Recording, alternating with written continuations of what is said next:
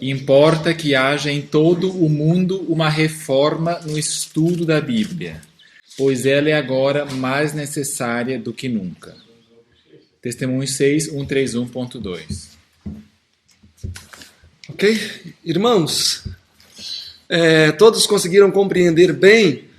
Eu sei que foram muitas as informações, mas todos conseguiram entender bem o contexto que nós levantamos até agora? Amém.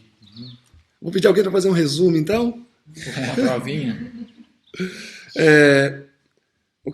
O livro de Zacarias, em vários lugares, ele vai falar sobre a restauração da cidade, a restauração do templo, porque quem, não muito tempo depois, iria passar por aquelas ruas e aquele templo? O Messias. O Messias.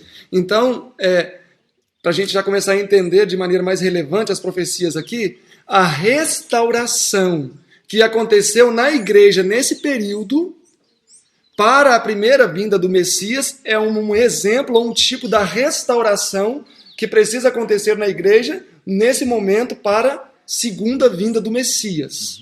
Tá?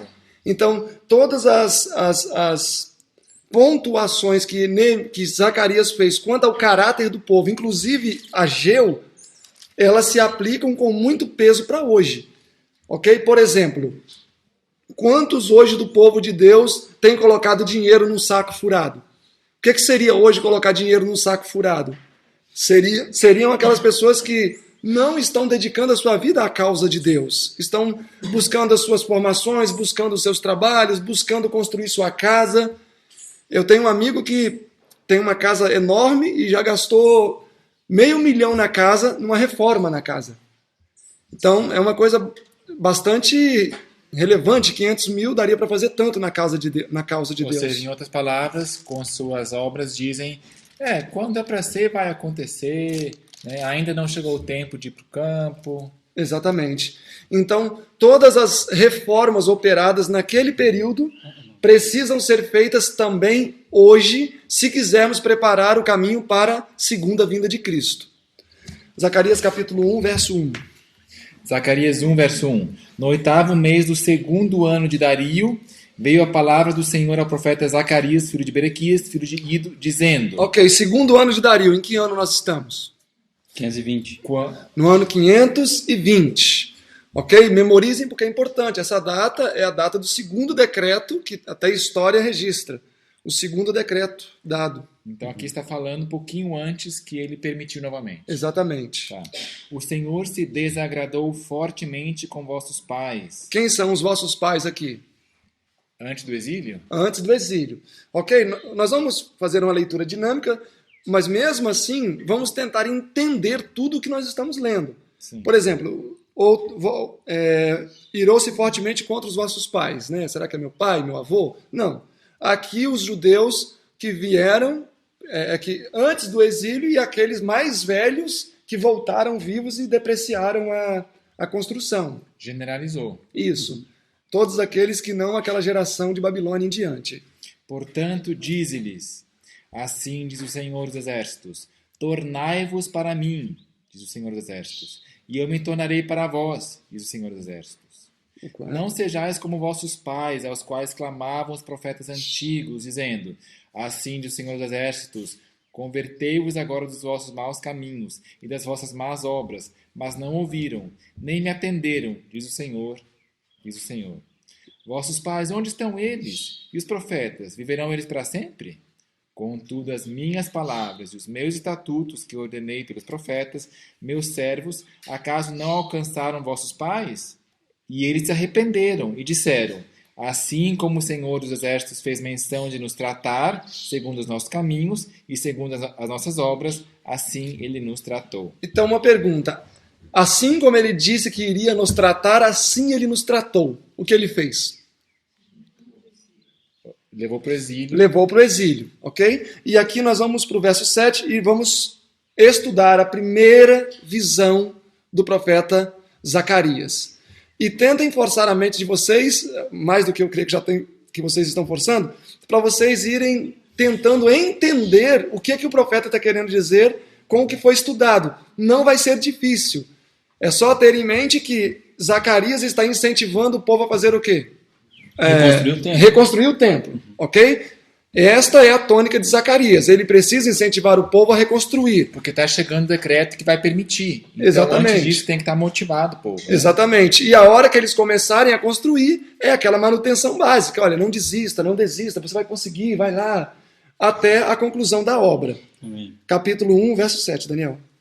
Aos 24 dias do mês 11º, que é o mês de Sebate, no segundo ano de Dario, veio a palavra do Senhor ao profeta Zacarias, filho de Berequias, filho de Ido, dizendo: Ok, agora então vai começar a apresentação da primeira profecia, a qual ele deveria apresentar ao povo. Olhei de noite e vi um homem montado num cavalo vermelho, e ele estava parado entre as murtas que se achavam na base, e atrás dele estavam cavalos vermelhos de cor misturada e brancos. A primeira profecia de Zacarias fala sobre cavalos. E a última profecia também fala sobre cavalos malhados. Então a primeira e a última falam sobre a mesma coisa. Quem é este homem que estava parado entre as murtas que ele viu? Quem é este homem? Nós vamos ver que na verdade é um anjo esse homem.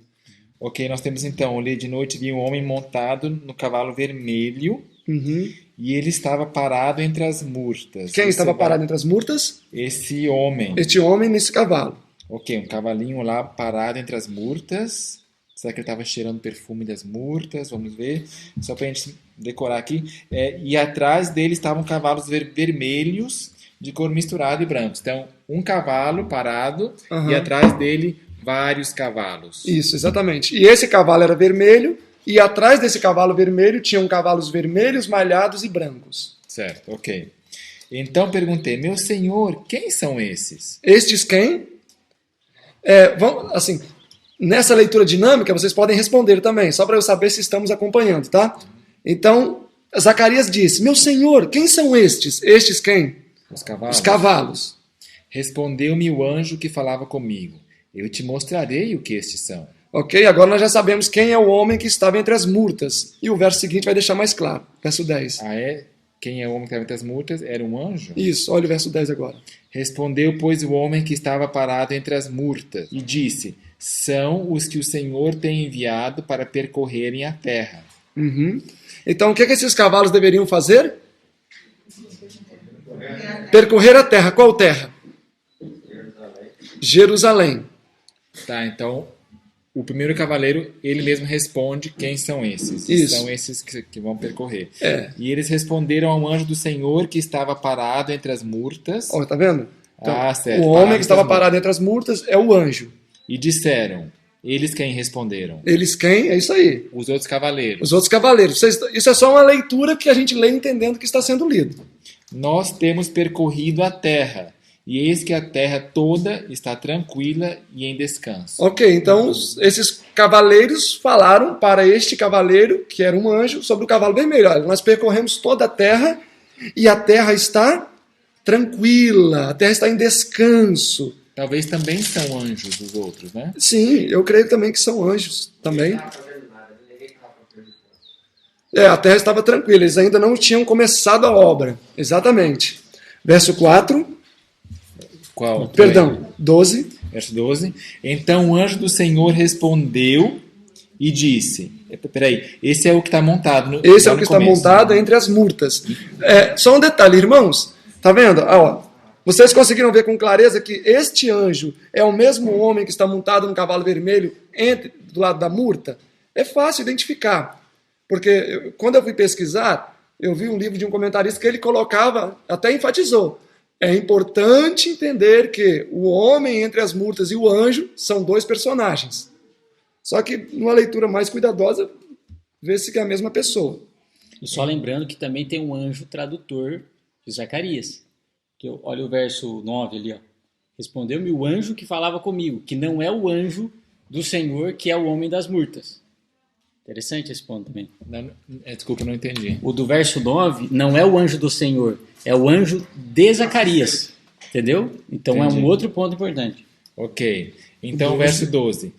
Então o anjo do Senhor respondeu e disse, ó Senhor dos Exércitos, até quando não terás compaixão de Jerusalém e das cidades de Judá, contra as quais estivesse indignado esses 70 anos. Ok, os 70 anos. Então, Zacarias aqui traz a tônica, que aqui, na verdade, é o anjo do Senhor, né?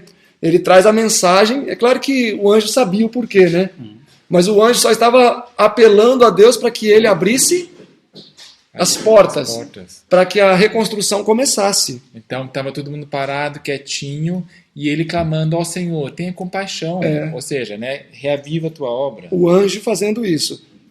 Irado 70 anos, ou seja, os 70 anos representam um período em que Deus derramou sua praga sobre o povo. E aí respondeu o Senhor ao anjo que falava comigo com palavras boas, palavras consoladoras. O anjo, pois, que falava comigo, disse-me.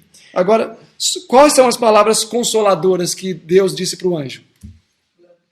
Aqui não diz, né? Então, mas aí é só uma questão de interpretação. Sim. O 14 vai dizer o que foi. Vai dizer. O anjo, pois, que falava comigo, disse-me. Clama dizendo, assim diz o Senhor dos Exércitos. Ok. Estou zeloso por Jerusalém e por Sião com grande zelo.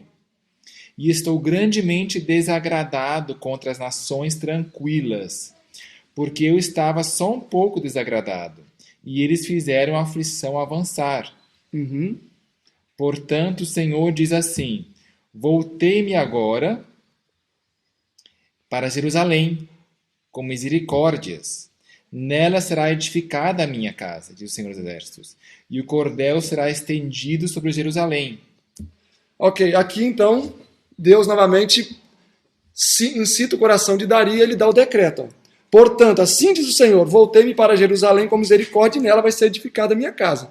Então, em algum momento aqui, Ciro emitiu o decreto no ano 620. E aí o povo agora estava liberado legalmente para avançar na construção. Haviam começado antes, mas agora com o decreto permitindo isso e o rei subsidiando a construção, iria avançar muito mais. É interessante que aqui é um anjo que intercede para com Deus. É um anjo que intercede. Porque não tem o Daniel lá. Né? Eu penso que o plano A seria que um ser humano intercedesse, mas tá, então como ninguém intercede, meu próprio braço me susteve, ou seja, ele mesmo clama outra vez dizendo, assim diz o Senhor dos Exércitos, as minhas cidades pela prosperidade ainda se espalharão longe, e o Senhor ainda consolará a Sião e ainda escolherá a Jerusalém. Então, a primeira visão, vocês conseguiram captar o que seria a primeira visão? Eu resumiria assim, anjos ali vendo como está a situação, intercedendo para Deus agir, e Deus promete a ação. Ou seja, promessa de restauração, né? Deus aqui está falando, olha, vocês vão ter tudo o que é necessário para vocês reconstruírem esse templo agora. Vocês vão ter tudo o que é necessário. Então a primeira visão de Zacarias é a certeza de Deus para Zacarias que Jerusalém seria reconstruída. Ele repete 3 vezes ali no verso 17. Ainda espalharão, ainda consolará a Sião, ainda escolherá a Jerusalém. 3 vezes. Ou seja, o futuro glorioso. Essa certeza, né? O futuro glorioso prometido, né, que viriam grandes coisas pela frente. Exatamente. Então essa profecia vai lançar os fundamentos. Agora, talvez a gente não tenha resposta para tudo, mas achei interessante por que murta será, né? Murta é uma flor odorífera, né? Cheira e geralmente bem. era ornamental. E estava próximo à entrada do templo. Então essa primeira visão não é difícil. É a promessa de que Jerusalém seria reconstruída. Tá? Simplesmente a garantia que o povo teria, que foi dada a Zacarias e que viria ao povo. Olha, Deus vai abrir o caminho. Agora, uma coisa curiosa é que em Apocalipse tem 4 cavaleiros e de cores parecidas. Por que será? Que relação existe? Depois, quando a gente estudar a 8ª, que vai mencionar os cavalos... Vermelho... A gente entra nisso. Vermelho, branco e malhado. Apocalipse tem um amarelo, branco, preto e vermelho. Talvez são as diferentes funções de anjos, né? As abelhas também têm diferentes funções. Uma é polinizadora ali, operária, campeira, e tem o que fertiliza a rainha. Nós vamos ver que, na verdade, em Zacarias, Deus fala que a sua igreja é o seu cavalo. Zacarias daqui a pouco vai falar isso, que a igreja de Deus é o seu cavalo e ele anda montado nela. Então esse anjo poderia ser Jesus e aquele cavalo em sangue representando a condição de Israel, cativeiro, guerra, destruição que eles estavam sofrendo, né? E aqui diz cor...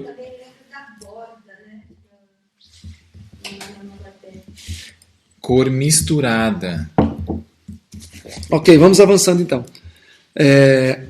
E sempre quando nós formos buscar, quando a gente entende o contexto do versículo, irmão, você ia falar, né? Já foi falar. Quando a gente entende o contexto, só temos que tomar cuidado para não ir muito distante. Entende? Para que a aplicação não se distancie muito do texto. Então, por exemplo, se essa primeira visão é uma relação à reconstrução de Jerusalém, eu não posso sair muito longe disso. Falar, então isso aqui representa o sangue que jorrou da orelha de Malco quando Pedro cortou.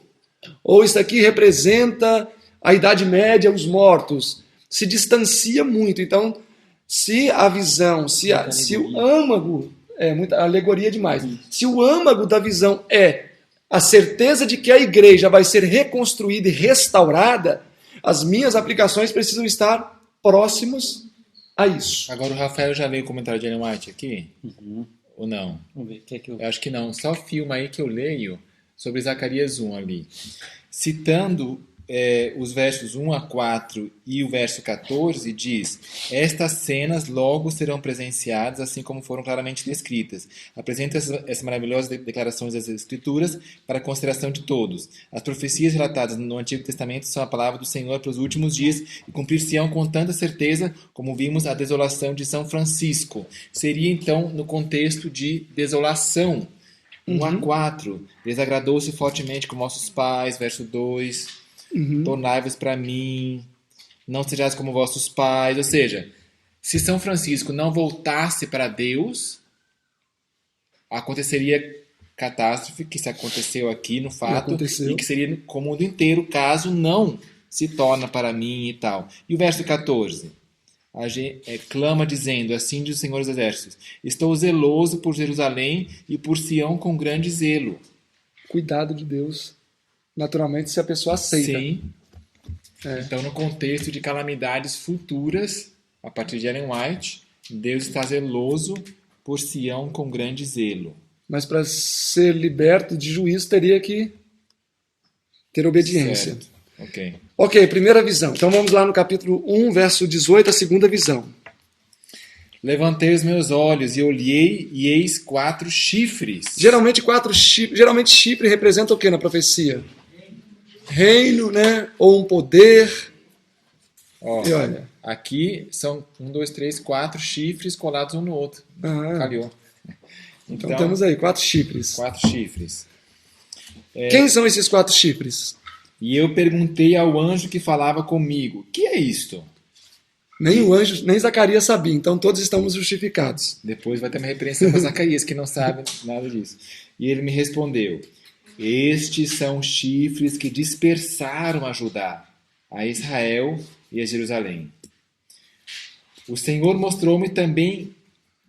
Pode quer avançar agora? 20 e 21, vamos ler todo. Tá. O Senhor mostrou-me também 4 carpinteiros. Então mais um grupo, 4 chifres e mais um grupo, 4 carpinteiros. Então perguntei: que vêm estes a fazer? Ele respondeu dizendo: estes são os chifres que dispersaram Judá, de maneira que ninguém levantou a cabeça. Mas estes vieram para os amedrontarem, para derrubarem os chifres das nações que levantaram seu chifre contra a terra de Judá. Deixa eu só ver aqui. São 4 chifres mesmo aqui. São 4 carpinteiros que são 4 chifres. Não, são 4 chifres e 4 carpinteiros. Ah, desculpa. Ok. Então eu vou ler de novo. Estes são os chifres que dispersaram Judá, de maneira que ninguém levantou a cabeça, mas estes, que são os 4 carpinteiros, ok? Vieram para os amedrontarem. Show, 4 chifres. Vão embora, porque eles então dispersaram Judá. Vão embora, chifres. Né? Os 4 carpinteiros espantando os 4 chifres, que levantaram seus chifres contra os Judá. Então, quem seriam os 4 chifres e quem seriam os 4 carpinteiros? E dentro do contexto que foi dado, o que é que está acontecendo nessa segunda visão? Deus restaurando, né? Vai embora você que dispersou. Eu quero congregar. Se você for ver os elementos claros aqui, os 4 chifres fazem o quê? Dispersa. Destrói e dispersa.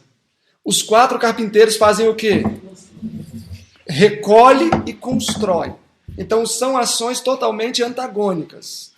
Então nós sabemos que não há harmonia entre esses carpinteiros e estes chifres. A ação deles é totalmente diferente. Um destrói, o outro constrói. Um espalha e o outro ajunta. Então quem são os 4 chifres? Porque, na verdade, a ação dos carpinteiros é só uma reação à ação dos chifres. Seria a Síria, Babilônia, mas a Medo-Pérsia... Ajudou. Na verdade, ajudou a Medo-Pérsia. Então, a Síria e Babilônia. Mas vamos lá, tem mais 2 faces aí. Síria. Ok. E qual é o outro que sempre deu problema para o povo de Deus? Egito. Então, a ordem cronológica certa seria Egito, Síria, Assíria e Babilônia. As 4 principais nações que afligiam o povo de Deus. Ok. Tanto que mesmo, se vocês forem a Jeremias, nos dias de Jeremias ele falava ainda de judeus que estavam dispersos lá no Egito. Nos dias de 722, a Assíria dispersou os israelitas. A Síria, em Isaías 17, por exemplo, vai ser um juízo contra Israel. Mas o que aconteceu de fato? Eles chegaram a invadir? Sim, eles invadiam a cidade de Jerusalém. Essas Foi nações. Sob que rei? Sobre o rei? Não, que a Síria invadiu Jerusalém e aí morreram 135 mil, né? A Síria. Mas em que episódio a Síria chegou lá? A Síria. Tem a Síria e tem... Isso, então, você está perguntando a Síria ou a Síria? Sem o A, o S. Olha Isaías, por exemplo. Porque isso não é tão conhecido, né? Isaías, capítulo... Deixa eu achar... Só para provar que um desses 4 chifres também seria Síria. Isaías 7, verso 1. Sim, é verdade. Sucedeu, pois, que nos dias tal e tal e tal. Aí, verso 2, a Síria fez aliança com Efraim. Ficou agitado com o coração de Acás e o coração de seu povo. E aí sai agora... Então, Síria, o rei era Rezim. O rei da Síria, Rezim. Rezim, rei da Síria. Ok. Ele fez uma aliança com Israel para atacar Jerusalém. Certo. Tanto que o sinal foi dado para Acás, né? Então, mesmo a Síria oprimiu o povo de Deus. Então, esses 4 chifres seriam esses 4 impérios principais que agrediam o povo de Deus. E aí 4 carpinteiros. Carpinteiros. Jesus. O que um carpinteiro faz? Constrói. Edifica. Então, esses 4 aqui, pode ser até Jesus, mas tem que representar alguma coisa antes, né? Quanto a essa questão de dispersar o número 4, pode ser também os 4 pontos cardeais, porque Jeremias, por exemplo, Isaías 11, 12 diz que dos 4 cantos da terra juntaria Israel. Okay. Jeremias 49, 36 vai falar a mesma coisa. Mas essas 4 nações também agiram contra o povo de Deus. Então, agora é interessante nesse contexto aí, só para auxiliar aí no estudo, nós estamos estudando, tá bom? Abra a Bíblia, por favor, em Esdras, capítulo 4. Então, o povo da terra debilitava as mãos do povo de Judá e os inquietava, impedindo-os de edificar. O que essa junção de pessoas estavam fazendo com o povo de Jerusalém? Impedindo-os de cumprir aquilo que Deus havia ordenado. E aí, na sequência do texto aqui, a gente vê a união dessas pessoas. Quem eram essas pessoas? Então, pensando que, por exemplo, também o número 4, como os 4 anjos, lá em Apocalipse, refere-se a toda a terra, toda a extensão da terra, então é a união desses povos para impedir que o povo de Deus pudesse cumprir a obra que Deus havia determinado. Também segue nesse sentido, né? Exatamente, isso mesmo. Muito bom. Ok, então nós já sabemos quem são os 4 chifres. Esses 4 chifres são nações que assolaram o povo de Deus. Mas agora temos 4 carpinteiros. Esses 4 carpinteiros vão reconstruir. A vaca chega assim, o boi... Quem tem chifre, a vaca ou o boi? Os dois. Não, os dois. Eles chegam assim, dispersando, mas Deus quer então juntar. Né? Exatamente. Ellen White, no Profetas Reis 581, diz: Zacarias viu então os poderes que dispersaram Judá e Jerusalém, no seu livro simbolizando 4 chifres. Logo em seguida ele viu 4 carpinteiros, estes representando as instrumentalidades que Deus usaria para a restauração do seu povo e do seu templo. Amém. Então nós já sabemos, de maneira genérica, quem são esses 4 carpinteiros. segundo o próprio Deus, as instrumentalidades que ele utilizaria para quê? Para juntar o povo e reconstruir Jerusalém. Vamos tentar pensar em 4 personagens principais que construíram Jerusalém e juntaram o povo? Esdras, Neemias, Vieram depois, já estava construído. Zorobabel, Josué e qual os outros 2? Ageu e Zacarias. Esses foram os 4 líderes. Josué foi o líder religioso. Zorobabel, o líder civil. Zacarias e Ageu, eles eram coordenadores junto com Josué. Eles eram profetas, mas atuaram ativamente na construção. Então esses 4 carpinteiros iriam reconstruir e ajuntar. E justamente essa foi a obra desses 4 personagens mostrados. Tá vendo que a gente pode chegar a essa conclusão somente porque a gente está lendo e entendendo baseado dentro de um contexto. Porque, de fato, Zorobabel e Josué, sem Ageu e Zacarias, não teriam conseguido concluir essa obra. Eles estavam debilitados. Irmãos, a importância de um profeta é muito grande. O povo corrompe. Nós não poderíamos criticar Zorobabel, porque imagina só, eu vou para o campo. Eu quero comprar um sítio, e aí você descobre que a sua casa que você estava vendeu para um cara que te deu um golpe. Você fala, não, mas pelo menos o carro eu vendo, o carro bate o motor. Não, mas pelo menos a minha família está com saúde, a mulher fica doente. A pessoa vai pensar o quê? Não é o momento de eu ir.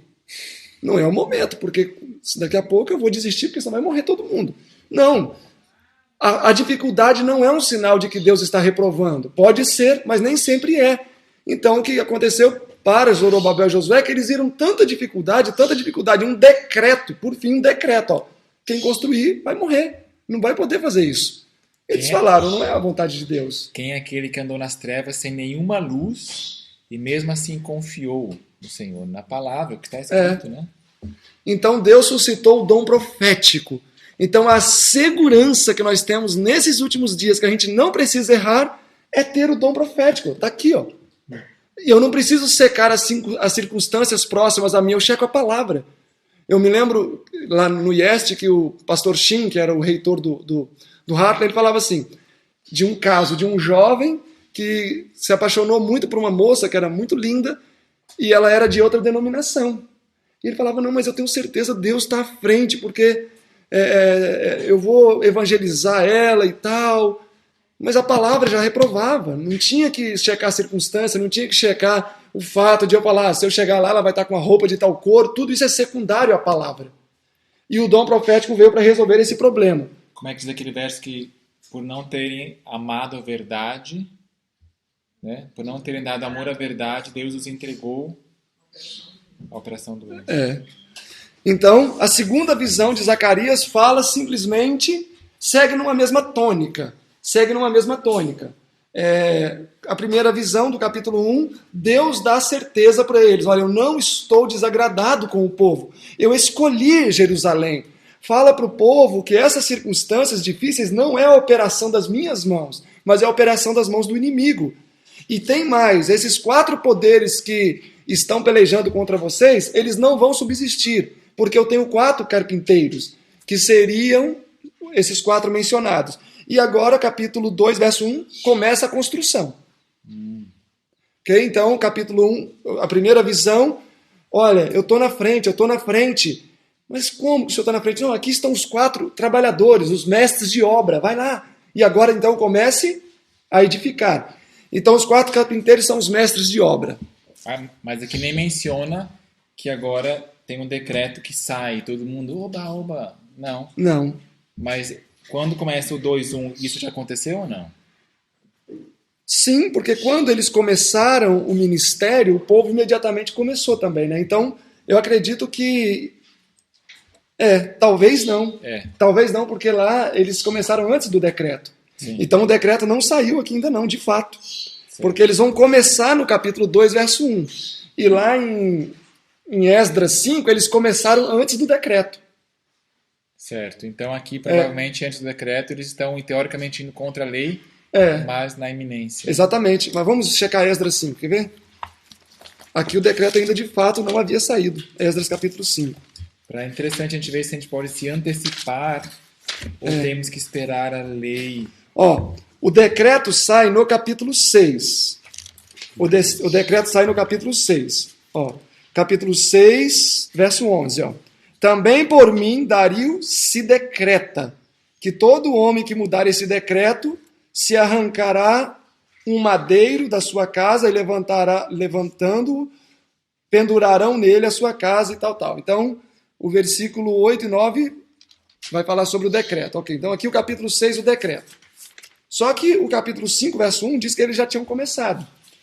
Ok. Capítulo 5, verso 1. Ó, leia aí para você ver. Ora, os profetas Ageu e Zacarias, filho de Ido, profetizaram aos judeus que estavam em Judá e Jerusalém, em nome do Deus de Israel, lhes profetizaram.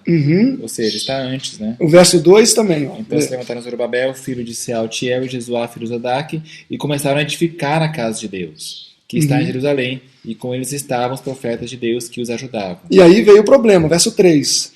Naquele tempo vieram ter com eles Tatenai, o governador da província a oeste do rio, e Setar-Bozenai, e os seus companheiros, e assim lhes perguntaram: quem vos deu ordens para edificar esta casa e completar este muro? Então aí começa o drama. Então, de fato, eles começaram a construir antes de ter um decreto permitindo isso. Entendi. Então, por aqui daria para a gente já avaliar algumas coisas para os nossos dias, né? O que a gente deve se submeter ou o que a gente deve não se submeter. Eu creio que tem coisas que, mesmo quando há uma exigência governamental, a gente se submete, mas outras não. O decreto que permite o povo de Deus fazer alguma coisa grande, será que tem algum paralelo hoje? Interessante, né? É um decreto que abre portas para o povo de Deus. Ok, então vamos lá. Capítulo 2, versículo 1 de Zacarias. Tornei a levantar os meus olhos e olhei, e eis um homem que tinha na mão um cordel de medir. Ok, agora nós vamos começar a ver construção. Tem um homem que está com um cordel na mão para medir. Quando a gente vai medir alguma coisa, é sinal de que vai fazer uma construção, né? A pessoa vai lá, faz o esquadrejamento, faz o platô, começa a fincar as estacas e puxar a linha. Verso 2. Então perguntei: para onde vais tu? Respondeu-me ele: para medir Jerusalém, a fim de ver qual é sua largura e qual o seu comprimento. Essa mesma linguagem, Comprimento. nós vamos ver que está lá em Apocalipse. Deixem aberto aqui, ó. Apocalipse capítulo 11. Isso medir antes de começar a construir? É isso normal. Tem que normal. medir antes, né? Apocalipse 11. Apocalipse 11, verso 1. Foi-me dado uma cana, semelhante a uma vara, e foi-me dito: levanta-te, mede o santuário de Deus e o altar e os que nele adoram. Mas deixa o ato que está de fora, não meça, porque foi dado aos gentios e tal. Ou seja, antes de bem no começo da obra aqui do juízo investigativo, né? Já foi dada a ordem, mede. Isso. No começo da obra. Ó, foi dada uma cana semelhante a uma vara, chegou um anjo e disse: levanta e mede o templo de Deus e o altar e os que nele adoram. Ou seja, os homens também seriam medidos aqui. Aonde isso? Apocalipse 11, verso 1. E deixai o átrio. O que seria o átrio aqui no santuário celestial? O que seria o átrio? A terra. Que está fora do templo. E não a meçais, porque foi dada às nações, e pisarão a cidade santa por 42 meses, ou 1260 anos. Então, depois desse período, a terra também seria julgada. Depois desse período, quando foi que a terra começou a ser julgada? 1844. Então, por aqui nós já poderíamos entender alguma coisa, né? Jerusalém seria medida, assim como a terra seria medida. Os que viviam em Jerusalém também deveriam ser medidos. Nós vamos ver que mesmo no período de Zacarias, muitos aqui foram sacudidos. Nós vamos ver sacudidura acontecendo no livro de Zacarias também. Assim como aconteceu a partir de 1844, né? E a Ellen White chega e fala: Deus está medindo vocês como sendo fotografados, ou seja, juízo investigativo. Exatamente. Então a terra não é para medir. Até 1844, porque, tá vendo, 42 meses, que fechou em 1798. Mas é para medir o santuário celestial. Então, se a terra vai ser medida depois, agora no começo, o santuário celestial. Ali no caso de antes de 1844, que começaria uma obra no Santíssimo. Medir no sentido de começar a obra, que começaria no Santíssimo. É porque Jesus não ia para o Santíssimo em 44? Então, ia iniciar uma obra ali. Sempre quando vai começar uma obra, apresenta a ideia de construção, de medir, etc. Porque aqui o comentário fala, mede o santuário e os que nele adoram. Então ela fala que Deus está medindo a nós. Ou seja, esse medir o santuário seria já durante o juízo investigativo, não antes. Como é que você entende isso?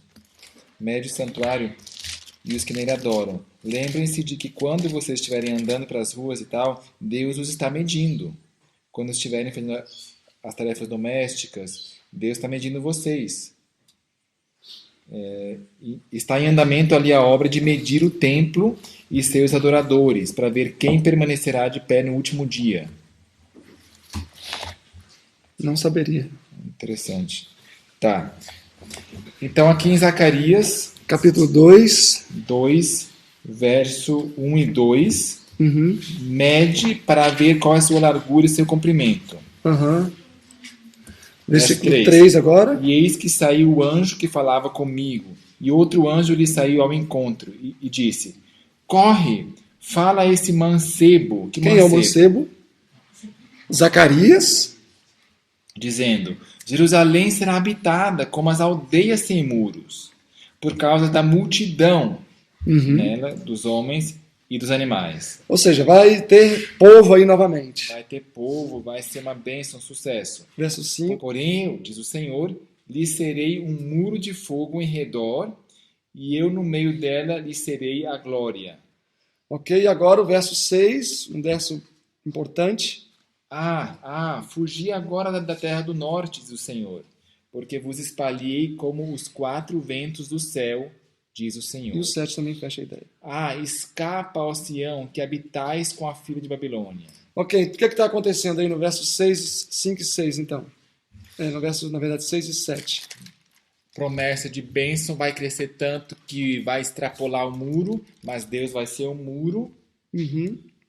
E o verso 6 e um apelo, então, saia, venha fazer parte dessa bênção. Aqui que é interessante, ó, o verso 6 e 7. Sai de Babilônia como se eles já estavam lá em Jerusalém. O resto que era para sair? Exatamente, o restante. O restante que não havia saído. Muitos, vocês já leram, irmão, falando que muitos não quiseram voltar, quiseram ficar morando em Babilônia, tinham sua vida estável. É para aqueles que ficaram. É como quando Deus fala, sai dela, povo meu, não quer dizer que alguns não tenham saído já. Já saíram alguns e agora sai dela, povo meu, que resta, né? Ali. Exatamente. Muitos trouxeram. Nós vamos ver daqui a pouco, na visão do Efa, que Deus recolheu toda essa iniquidade e mandou de volta para a terra do norte. Mas muitos trouxeram Babilônia consigo. Então esse verso 6 e 7, quando diz que era para voltar, sai dela, povo meu, é para os restantes que permaneceram em Jerusalém e não quiseram vir sobre o primeiro e nem sobre o segundo decreto. Tanto que nos dias de Esdras, esse convite foi aceito, porque nos dias de Esdras voltou mais uma remessa grande de gente, ou seja, muitos anos depois. No segundo decreto, o segundo decreto, digamos que já estava em iminência de acontecer, mas ele foi um decreto mais local, interno, não foi tanto para a gente ir lá, senão foi a revalidação do decreto de Ciro. Mas no terceiro decreto, Esdras saiu da Medopécia, então judeus que estavam na Média, inclusive judeus dos dias de Esté estavam lá, né? E judeus que estavam em Babilônia, quando Esdras veio, vieram com ele. Então, houve um sai dela, povo meu, naqueles dias também. Certo. Quando Esdras veio e muitas pessoas vieram com ele. Isso lança luz, se a gente então parar para pensar, eu não sei se você vai já se deter com as implicações proféticas disso, ou é um campo um pouco arriscado se não está endossado com o texto de Ellen G. White, né? Precisaria de muita oração e ver os paralelos, né? Nova luz nos antigos profetas. Para nós hoje, sai dela, povo meu. Eles seriam uma representação dos da 1/10 hora. Esses judeus que viriam depois. E lembra que, de fato, poderia ser. Quer ver? Que Isaías Olha Isaías, aqui vê, me vem à mente um versículo. Eu não sei se eu vou encontrá-lo. Se você falar a palavra-chave, eu procuro aqui. Muros. É uma aplicação que a gente pode fazer, então. Que para eles podem ser um da 1/10 hora. Porque nós vimos que uns da 1/10 hora vão ajudar. Isaías 61, verso 5, e haverá estrangeiro que apacentarão os vossos rebanhos, estranhos serão os vossos lavradores e os vossos vinhateiros. Isaías 66, verso 21, e também deles, dos gentios, tomarei alguns para serem sacerdotes e para serem também levitas. Então os gentios vão contribuir com o povo de Deus em muitas coisas. No alto clamor, quando eles saírem de Babilônia. Seria Isaías 60, verso 10, então? Isso, né? 60, verso 10. Porque, de fato, esses judeus que vieram depois fecha perfeitamente. O templo já estava reconstruído. Eles reconstruíram o que, então, com Neemias? Ah, ok. O muro. O muro. Ou seja, já estava feito o coração da obra. O templo seria, quem sabe, Ellen White não fala que o templo é a verdade sendo restabelecida. Uhum. Então já está estabelecida com o Adventismo do sétimo dia, e eles não vêm para acrescentar novas doutrinas, a 29ª doutrina. É o muro da proteção para aquilo que já tem. Exato. Então eles só vão ajudar a proteger a doutrina que já tem. Confirmar, circular o que já tem. Todos conseguiram acompanhar então o raciocínio, já que chegamos a essa conclusão? Então, judeus que vieram depois, mas seriam judeus gentios, assim, porque eles se misturaram tanto que não atenderam a primeira chamada, ou seja, não atenderam. São híbridos. E eles, então, representam os híbridos, que é meio Babilônia, meio povo de Deus, mas são povo de Deus. Na verdade, eles eram praticamente babilônicos, porque nasceram em Babilônia, viveram em Babilônia, e no caso dos que vieram com Esdras, eles poderiam já ser até segunda geração nascida em Babilônia. Ou seja, judeus imersos em Babilônia. Assim como a pessoa da igreja tal e tal e tal, que é fiel, ele é judeu de coração, povo de Deus, mas imerso em tudo, né? Exatamente. E eles voltaram só para reconstruir os muros. Então, Isaías 60, verso 10, pode ter tido seu cumprimento ali. Olha só. Os estrangeiros ajudando a reconstruir os muros. Capítulo 2 e... Verso... E o fato dos fiéis saírem de Babilônia, o que acontece com Babilônia? O que faz Babilônia não cair? É o sal que está lá. É o fiel que está lá, né? Assim como Ló impedia, né? Exatamente. E eu gosto de um verso de Salmo 137, justamente falando sobre isso. Qual deve ser a atitude dos fiéis para com Babilônia? Salmo 137, verso 8. Ah, filha de Babilônia, devastadora, feliz aquele que te retribuir consoante fizestes a nós. E o 9, ó. Feliz aquele que pegarem teus pequenininhos e der com elas nas pedras. Feliz aquele que pega um filho de Babilônia e dá com ele na pedra. Então aqui é Babilônia caindo, né? Desde o pequeno até o grande. Claro que é uma linguagem simbólica, né? Ninguém deve pegar ninguém de Babilônia e dar com ele na pedra. Deus ama o pecador, porém odeia o pecado. Então, simbolicamente, dá contra a pedra o sistema babilônico, né? E derruba na pedra... Ou Jesus, que é a pedra, né? Dá com eles em Jesus, que também é a pedra. Zacarias 2, versículo 7, 6 e 7 e 8, então vai falar sobre a 6 e 7 no caso, vai falar sobre o retorno dos retardatários de Babilônia. Aqueles que não vieram com Zorobabel a início.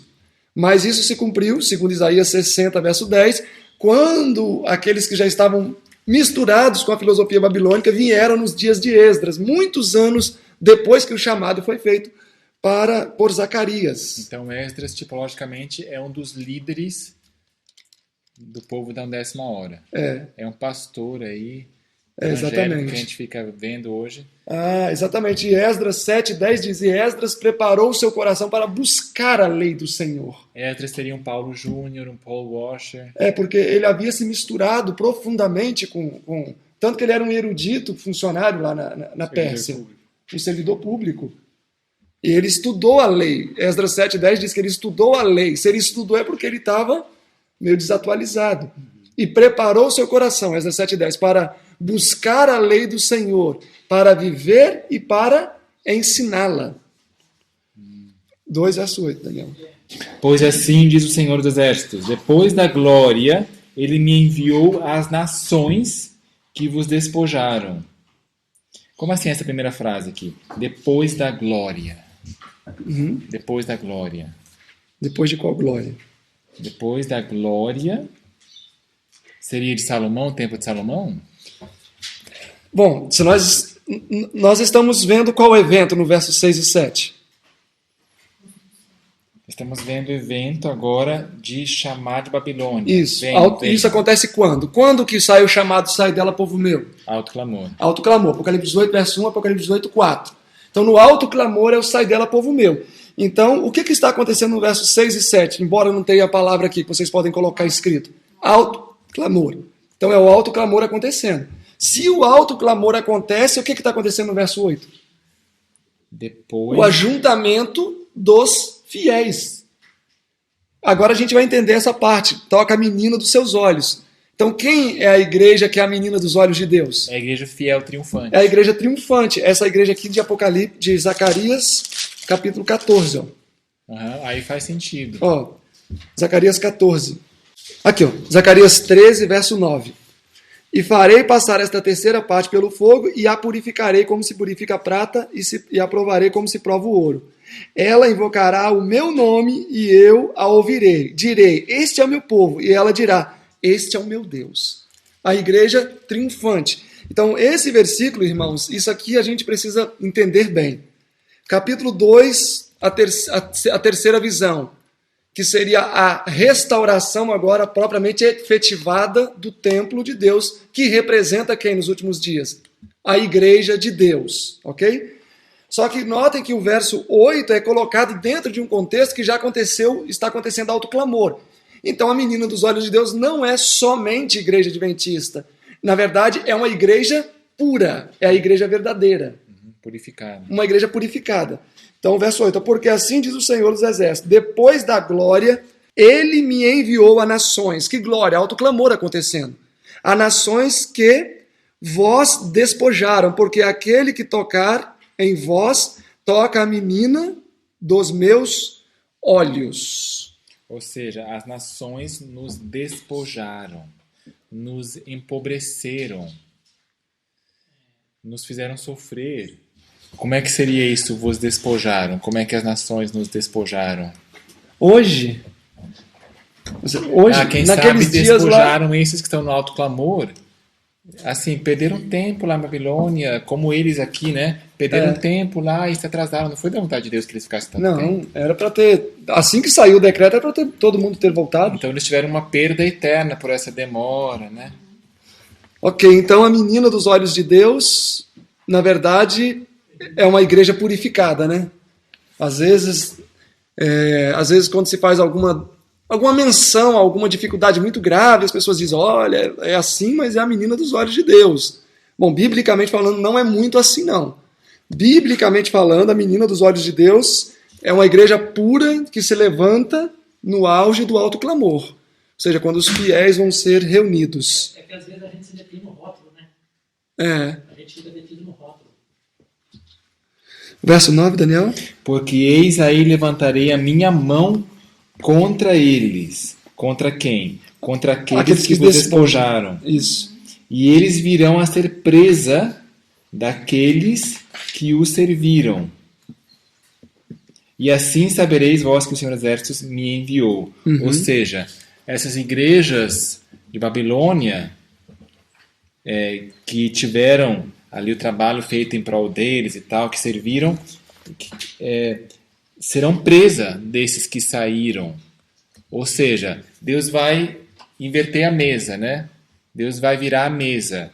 Esses que estão em Babilônia vão ser os vencedores, Babilônia vai ser pisada. Exatamente. E isso essa conclusão vai ao que o capítulo vai chegar. Olha o verso 10. Ó. Exulta e alegra-te, ó filha de Sião, pois eis que venho e habitarei no meio de ti, diz o Senhor. Ok, agora esse verso, por exemplo, dentro do contexto imediato, o que seria exulta e alegra-te, ó filha de Sião, porque eis que venho e habito no meio de ti, diz o Senhor. O Messias. O Messias, isso, no sentido literal, o Messias, a promessa de que Jesus estaria ali com eles. Trabalhem, reconstruam, o Messias vai estar com vocês. Isso. E o verso 11, ó. E naquele dia muitas nações se ajuntarão ao Senhor, e serão o meu povo, e habitarei no meio de ti, e saberás que o Senhor dos Exércitos me enviou a ti. Ó, naquele tempo, muitas nações se ajuntarão ao Senhor e serão o meu povo. Ou seja, aqui está a menina dos olhos de Deus. Só que naquele tempo, quando? Segundo o contexto aqui. Quando tiver chegado o Messias. Ou aqui, naquele tempo, alto clamor, né? Sim, Porque as nações vão ser ajuntadas. exato. Então, tá vendo que as nações que vão ser ajuntadas vão ser o meu povo, é a menina dos meus olhos. Então o Senhor herdará Judá como sua porção na terra santa, e ainda escolherá Jerusalém. Cala-te toda a carne diante do Senhor, porque ele se levantou da sua santa morada. E Ellen White diz aqui, ó, lá no grande conflito, mas Sião diz, já me desamparou o Senhor, é a igreja sofredora do tempo do fim que está na angústia. O Senhor dos Exércitos, porém, nesse momento diz, quem toca em vós, menina do olho. Ou seja, nesse momento de, né, depois da prova. E o verso 13, o que está acontecendo no verso 13, irmãos? Ó, o verso 6 e 7, alto clamor, o verso 8, 9 até 11, o ajuntamento dos gentios a Jerusalém espiritual, e o que acontece no verso 13? Ele se levantou da sua santa morada. Então, como Opa. levanta, ou seja, feito está. É verdade. Fechamento da porta da graça. Tá vendo a cronologia? Fantástico.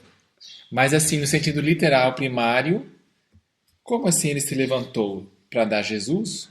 A encarnação? Essas profecias, nem tudo se cumpriu nos dias de Israel. Olha, interessante então. Esse é o ponto. Existe algum momento em que as nações recorreram depois da volta do cativeiro? Vocês conseguem se lembrar em algum momento em que todas as nações recorreram a Jerusalém? No ser. Salomão. Que veio muito antes, né? Vocês recordam isso acontecendo? Não. Não. Jerusalém foi o destaque entre as nações eternamente? Não. Então, naturalmente, a maior parte dessas profecias se cumprirá quando? Na volta de Jesus. Os judeus foram a menina dos olhos de Deus? Tanto que aconteceu o que com eles no ano 34? Depois no ano 70? Nunca foram. Então, essa promessa se cumpre quando? Naturalmente, ela vai ter que se cumprir em algum momento. Então, ela é jogada para o futuro. Mas se Israel fosse fiel, tivesse sido fiel, aceitado o Messias, como iria se cumprir que Deus se levantou? Mas é interessante que aqui não fala se levantará. Né? Está no passado. Se levantou. Uau, interessante isso aí. Ó, capítulo 17 de Jeremias. Isso aconteceria, 17, 25. Então entrarão pelas portas dessa cidade reis e príncipes, que se assentem sobre o trono de Davi, andando em carros e em cavalos, e eles e seus príncipes, os homens de Judá e os moradores de Jerusalém. E esta cidade será habitada para sempre. Ou seja, eternamente. É uma profecia condicional. Isso aconteceu? Ó, o verso 24. Ó.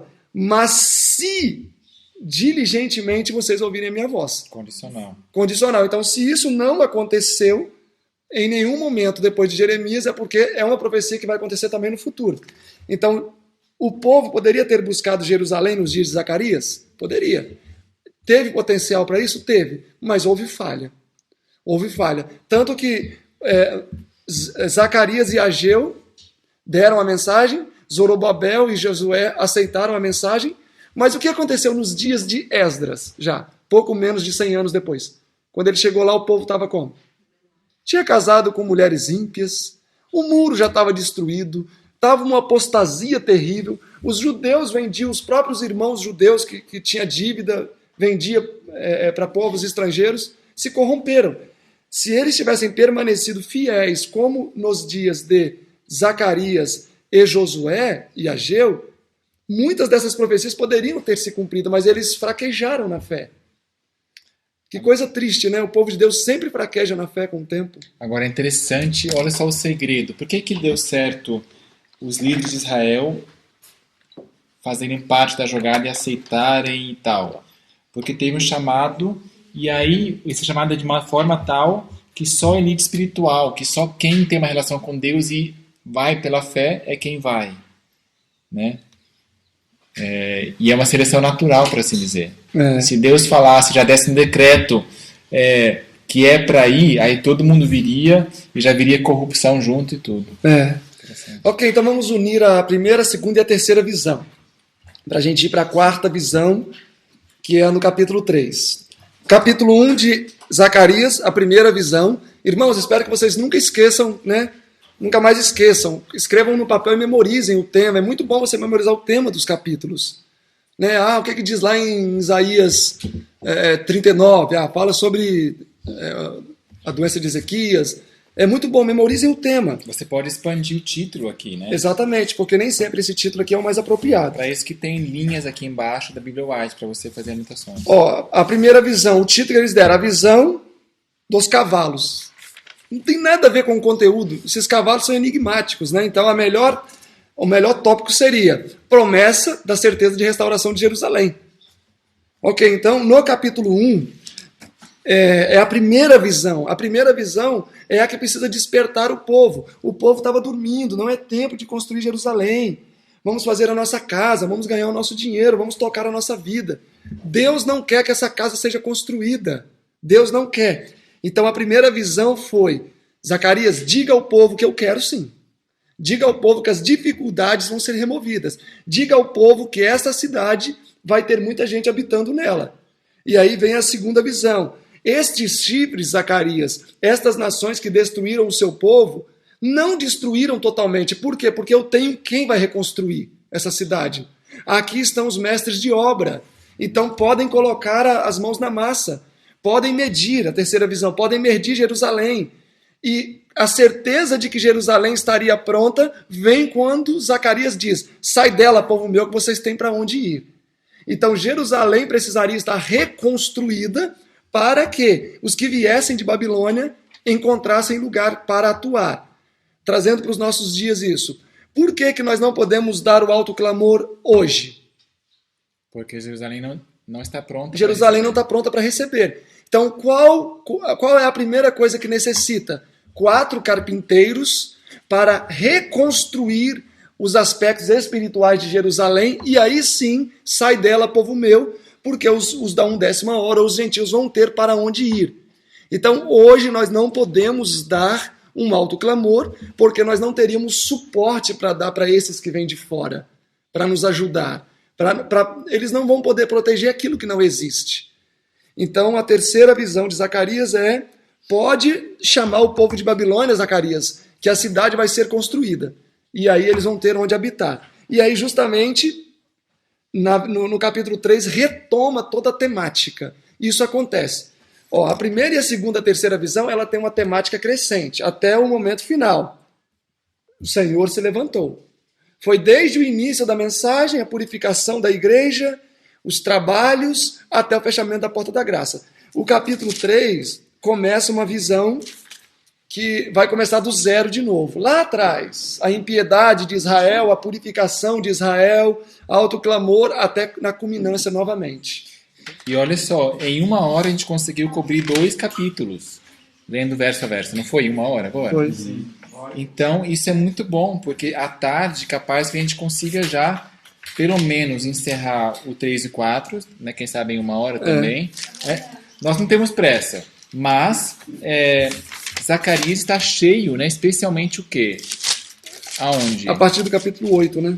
Ah, é? É. Se vocês vissem aqui a Bíblia dele, toda colorida.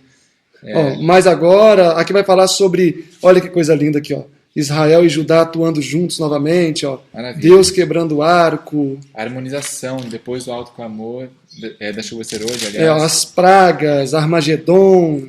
Maravilha. Então, por isso que a gente não tem pressa, mas, se possível, queremos avançar para atingir esses tesouros aí, em Zacarias. Tá bom? Obrigado, Senhor Deus, por essas maravilhosas promessas, que estamos com a Tua ajuda do Espírito Santo, aplicando para os nossos tempos. Que preciosidade, Senhor, que gemas maravilhosas. Muito obrigado por tanta luz acumulada. E nesse momento, despeça-nos em paz aqui desse estudo, que temos um bom preparo, boa convivência aqui, boas conversas e amizades. E seja bem-vindo sábado também, que possamos ter todas as coisas prontas. Te agradecemos em nome do Senhor Jesus. Amém. Amém.